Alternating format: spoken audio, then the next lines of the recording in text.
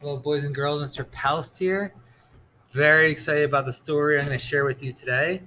Let's take a look at some of the books we've shared so far. Some really good stories.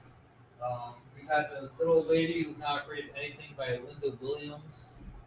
We've had There's a Moose on My Broomstick by Michael McCurtain. We've had these great G. Jackson books. As you know, Thorndike and Nelson's my favorite. Big Lips and Hairy Arms is a really good find. Away for Whitney Watt by Helen Lester. No Such Thing, Jackie French Kohler. We've had the Nita Layden books, Private Iguana, The Night I Followed the Dog, and The Blues of Flat Ground. We'll also be going into some Tommy DePolo books shortly. But, and I also want to mention Francesca Simon books, What's That Noise in Spider School. But I want to tell you about the third book I found from Bob Hartman. Bob Hartman's books are so funny to me. As I'm reading the book, I just want to stop on a page and start laughing out loud because he's so witty and so clever and so smart that he makes his books really, really funny. And the Three Billy Goat Stuff, that was an awesome story about a bully, who kind of got what was coming to him. And The Wolf Who Cried Boy. Awesome story about a little boy who was telling fibs to his parents, and he found out that he shouldn't be doing that because then it affected the trust. Now we have Grumblebunny. Oh, I love this story. There were literally times where I had to stop it and just start giggling because it just made me laugh. It is such an enjoyable story. So it's our third Bob Hartman book, Grumblebunny. Enjoy.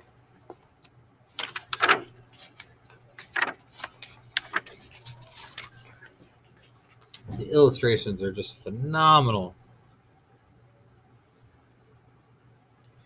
Once upon a time, in a happy hidey hole, there lived the three sweetest rabbits on Misty Mountain Meadow: Cuddlemop, Sweet Snuffle, and Pretty, and their cousin, Grumblebunny. These illustrations.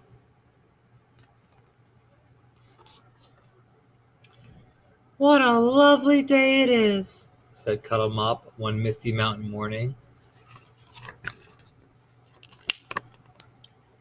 A perfectly lovely day indeed, agreed Sweet Snuffle. And what shall we do on this loveliest of most perfectly lovely days? Asked Pretty. It looks like it's gonna rain, moaned Grumblebunny. I say, we go back to bed. Nonsense, scolded Cuddlemop the nicest possible way. Let's go and play with our friends the beavers in their charming house by the wide water. Yes, indeed, agreed Sweet Snuffle. The beavers drink. The beavers stink, groaned Grumblebunny. And their house stinks. It's cold and damp and made of mud. I'm going back to bed. Come on, don't be a silly, said Pretty.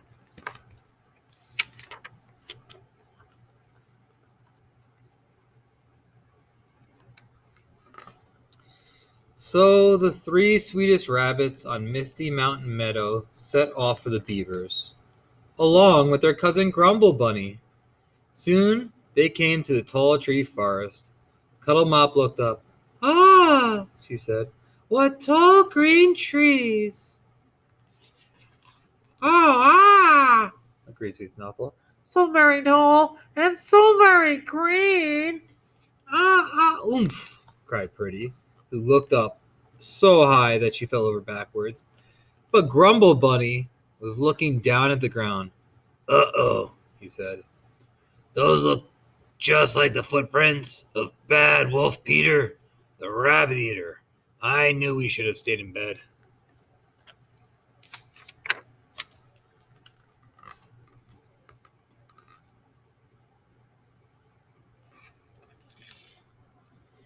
It was too late. The wolf was on them in a flash, and with a growl and a snarl and an evil laugh, he stuffed them into his snack sack, slung them over his shoulder, and carried them off to his very dark cave. What a sturdy bag this is, noted Cuddle Mop. A very sturdy bag indeed, agreed Sweet Snuffle.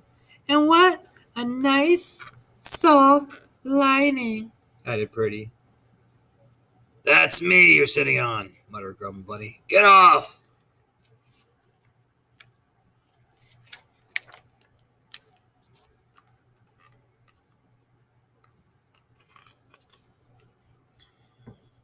When they got to the very dark cave, Bad Wolf Peter the Rabbit Eater reached into his snack sack, pulled out the rabbits, and dumped them into a large pot of water on his stove.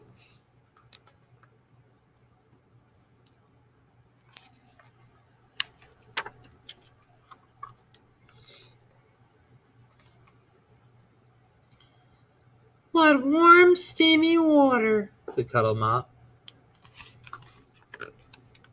We never get water as warm or as steamy as this at home, agreed Sweet Snuffle. Pretty climbed aboard a stick of celery. This is the warmest, steamiest, toastiest, and loveliest water I have ever been in. Then she did a perfect bunny flop. This is not a bath, growled Grumblebunny. We've got to get out of here. I love Grumblebunny. For the first time all day, Cuddle Mop looked serious. She looked seriously at Sweet Snuffle, more seriously at Pretty, and the most seriously of all at Grumblebunny. Grumblebunny, she said, I've had enough of your grumbling. Can you say anything nice about anyone? Just then, Bad Wolf Peter the Rabbit Eater scooped up some of the broth and slurped it with his slimy red tongue, up past his quivering lips, between his sharp yellow teeth, and into the dark cavern of his mouth.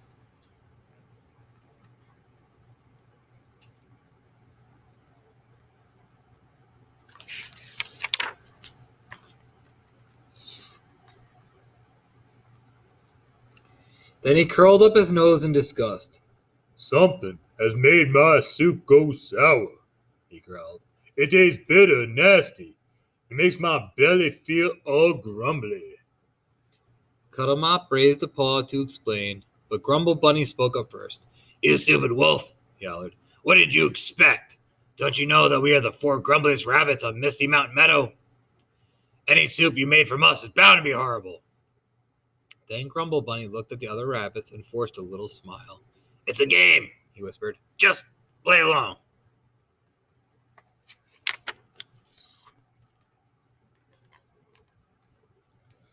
This seemed like a strange game to Cuddle Mop, but she was pleased that Grumblebunny finally wanted to play. So she swallowed hard and said in the grumbliest voice she could muster, That's right, you very silly wolf. We are the 4 grumbliest rabbits, not only on Misty Mountain Meadow, but in the tall tree forest as well. And any soup you make from us will be very horrible indeed. Yes, agreed Sweet Snuffle, who was happy to play along as well. More horribly awful than any soup you have ever eaten.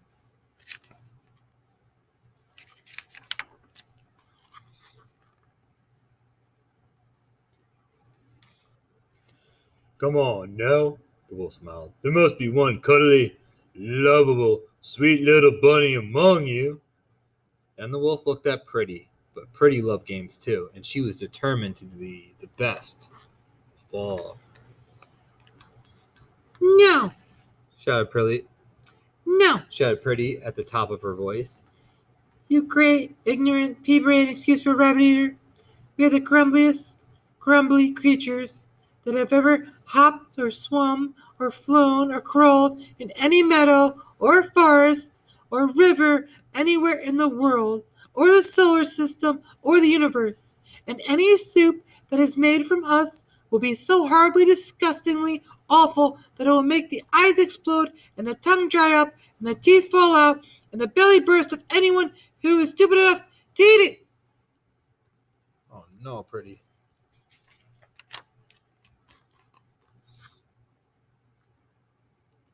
The wolf had heard enough. He picked up the pot, carried it to the front door, and dumped the contents onto the ground.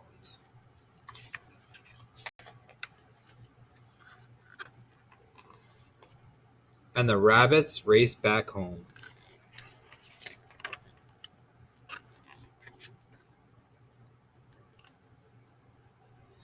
When they reached their happy hidey hole, the 3 sweet rabbits fell to the ground exhausted. "What an exciting game!" huffed Cuddlemop. I couldn't agree more. puffed Sweet Snuffle. A very exciting game indeed. The most thrilling and exciting game I've ever played, added Pretty. Then she looked at the others and smiled.